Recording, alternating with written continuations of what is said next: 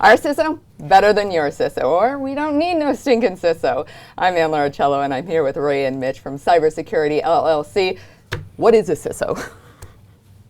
CISO is CISO, stands for Chief Information Security Officer.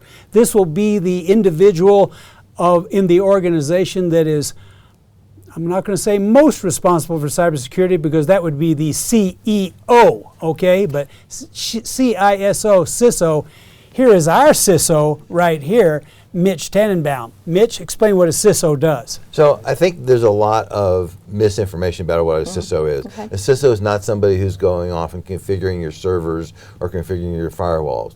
The CISO, the role of the CISO is to provide strategic advice to the executive leadership team and to the board, if there's a board, with regard to strategically what the company needs to be doing to protect its intellectual property and protect the company's valuation. So that's really an important distinction. We're looking at a very strategic thing. In addition, the CISO is somebody who the CEO, the COO, and the board can bounce questions off of. You know, they hear something in the news and they say, well, tell me what that means for us. And there's nobody inside the organization.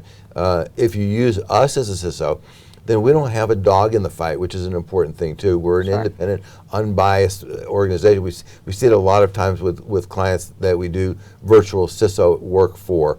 And we'll talk about what that is in a minute, but the executives will come to us and say, well, you know, one of our IT folks said we need to do this and this, and I'm not sure we need to do it. Why do we need to do that? Or, you know, I heard about this story in the news last night.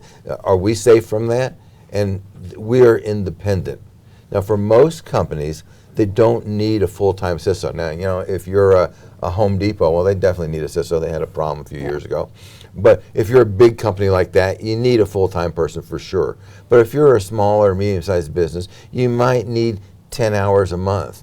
And CISOs are in very high demand. They command a very high salary. So using a virtual CISO, a fractional CISO, is something that is extremely cost-effective. You get the expertise and advice of our team, but you only pay for what you use. So is there a difference between a CISO and a vCISO?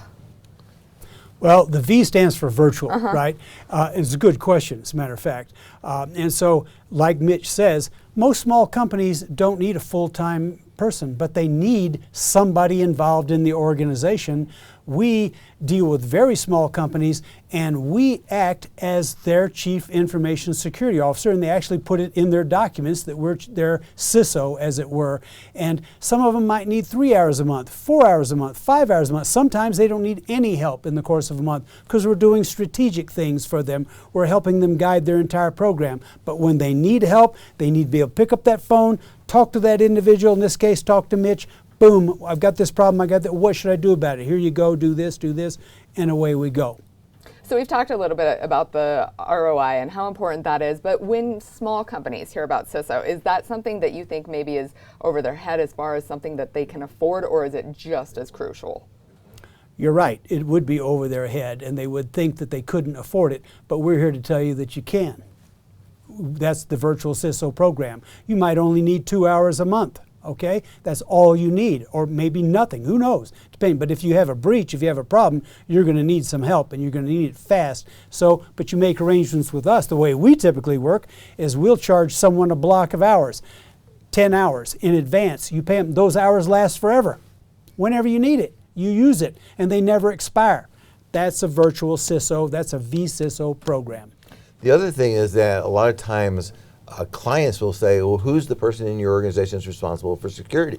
You know, and if you don't have somebody like that, you know, you're stammering a lot, you don't have a good answer. It's much better to say, oh, well, we have a professional organization that does that for us, and they have, you know, decades of experience doing that. That's a much more powerful answer to give to one of your prospects, one of your customers, than to stammer and try to think, well, who didn't step back? So it turns out you do need a stinking CISO, because if you don't, think about how much money you could use if there could be a breach. Gentlemen, thank you so much for your time. Thank you. And if you'd like more tips on this, go to their YouTube page or visit cybersecurities.com, and take note that securities is spelled with a C.